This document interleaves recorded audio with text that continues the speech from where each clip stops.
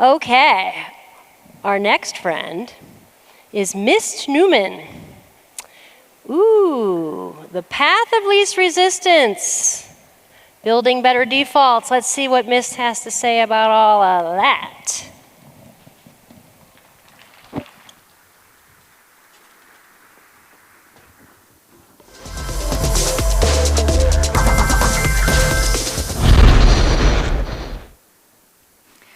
Hi everyone, my name is Mist. I'm a junior developer at Overdrive, and I'd like to talk about the path of least resistance. So, I recently attended a workshop on cooking mushrooms. Snacks were advertised as part of the workshop, so I came hungry. To my chagrin, the instructor started as follows. Hello everyone, we've got some snacks on the table over there. Please stop me if you have any questions, and now let's get started. And she immediately started the slides. And then nobody got any snacks. Why? Well, the snacks were across the room. The instructor had created a situation where we'd need to interrupt the presentation in order to get the snacks. People tend to go with the flow. We have an instinct not to interrupt things, so we didn't. The path of least resistance in that case was for us to sit still. The path of least resistance is a concept that's relevant in a lot of places. Once you see it, you kind of can't unsee it. I'm now going to talk about a time where the path of least resistance was not just inconvenient, but dangerous. This is Oxaville Airport. It serves a rural community of 4,000 people. The published approach to the airport, which you can see in white here, was pretty complex. You have to overfly the airport and then come back to avoid some mountains in the area, and pilots who flew into this airport a lot thought this is too hard, so they developed a shortcut, which you can see is the yellow line there. And they flew in a lot to this airport, so they got really used to it, making the shortcut the path of least resistance. And it gave them something called nuisance warnings. So if you're about to fly a plane into a mountain, it has a warning system which will yell at you, say terrain, pull up. And this is usually good, but around remote airports like Oxaville, there can sometimes be bad terrain data, which means the plane is basically yelling at you saying, you're about to fly into a mountain, you are actually not going to do that. And the Oxaville shortcut generated a lot of nuisance warnings. The pilots found this very annoying, so they pulled the circuit breaker on the warning system, which meant they had no warning before they did fly the plane into a mountain. Now, there were a lot of other things wrong that led to this accident. The incident report is 84 pages, but one way to look at this is that the situation at Oxaville created a path of least resistance that led to the crash. After the accident, officials made sure to update the terrain data around the airport to stop the nuisance warnings and to publish an easier approach so that the path of least resistance became a safe landing.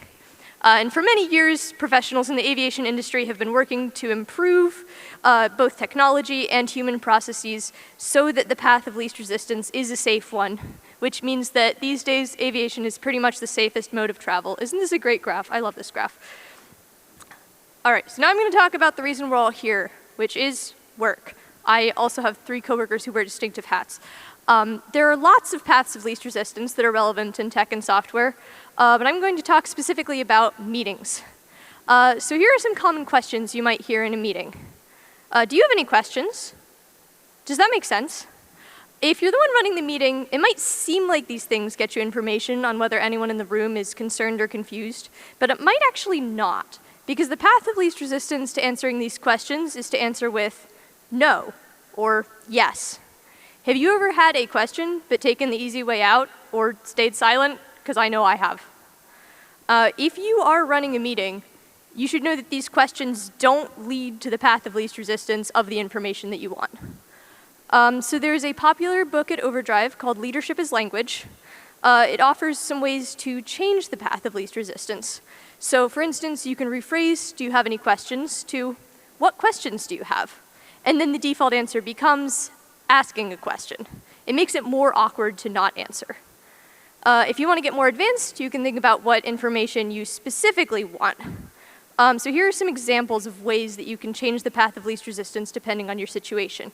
If you really want to know, can we launch on time? You can try asking, can I get a confidence score from 1 to 5 from everyone in the room? Or if you're sharing complex information and you're worried about being misunderstood, you can try asking, which part is most confusing? Or if you're explaining to one person, this is something I love to do in my tutoring days, you can ask them, please explain that back to me in your own words. So when you are running a meeting, make sure the path of least resistance leads to the information that you need.